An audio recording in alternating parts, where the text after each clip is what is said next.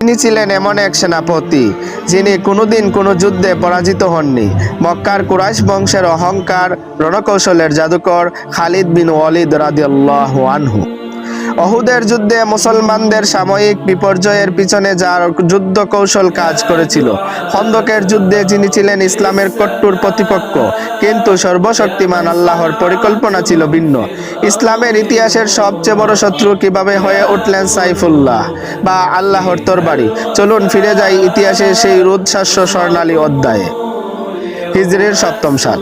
আল্লাহর রাসূল সাল্লাল্লাহু আলাইহি ওয়াসাল্লাম যখন উমরাতুল কাজা বা কাজা উমরাহ আদায় করতে মক্কায় আসেন, তখন খালিদ বিন ওয়ালিদ মক্কা ছেড়ে দূরে চলে যান। তিনি তখনও ইসলামের ছায়াতলে আসেননি, কিন্তু তার মন এক অদ্ভুত অশান্তিতে ভুগছিল।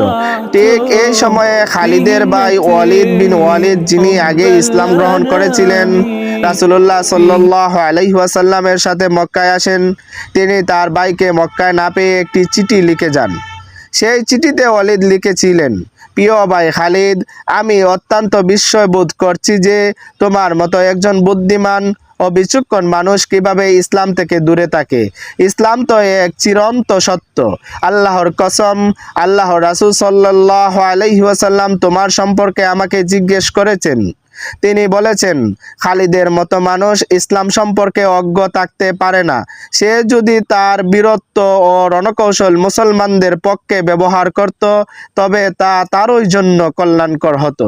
রাসূল সাল্লাল্লাহু আলাইহি ওয়াসাল্লামের এই বাণী এবং ভাইয়ের চিঠি খালিদ বিন ওয়ালিদের হৃদয়ে তীব্র আঘাত করল। তিনি বুঝতে পারলেন, তিনি এতদিন যে কুফরির পক্ষে লড়েছেন তা ছিল এক মরীচিকা। তিনি মদিনার দিকে রওনা হওয়ার এবং ইসলাম গ্রহণ করার চূড়ান্ত সিদ্ধান্ত নিলেন। কিন্তু সত্যের এই পথ খালিদ বিন ওয়ালিদের জন্য এতটা সহজ ছিল না। তিনি যখন মদিনায় যাওয়ার প্রস্তুতি নিচ্ছেন, তখন কুরাইশ নেতা ইকরামা ইবনে আবু জেহেল এই গোপন খবরটি পৌঁছে দেন মক্কার প্রধান নেতা আবু সুফিয়ানের কানে। খবর শুনে ক্রোধে ফেটে পড়েন আবু সুফিয়ান। তিনি তাৎক্ষণিকভাবে খালিদকে দরবারে ডেকে পাঠান। খালিদ সামনে আসতেই আবু সুফিয়ান অত্যন্ত কড়া ভাষায় তাকে আক্রমণ করেন এবং রাগান্বিত হয়ে বলেন, খালিদ, তুমি নাকি মুহাম্মদের দিন গ্রহণ করতে যাচ্ছ? তুমি কি দেখনি মুহাম্মদের অনুসারীদের হাতে বদর ও উহুদের যুদ্ধে তোমার পূর্বপুরুষ এবং কুরাইশদের শ্রেষ্ঠ সন্তানরা নিহত হয়েছে? তুমি কিভাবে আমাদের জাত শত্রুর সাথে হাত মিলাতে পারো?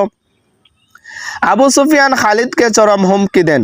পরিস্থিতি এতটা উত্তপ্ত হয়েছিল যে আবু সুফিয়ান রাগের মাথায় খালিদের দিকে তেড়ে যেতে চেয়েছিলেন, কিন্তু ইতিহাসের এই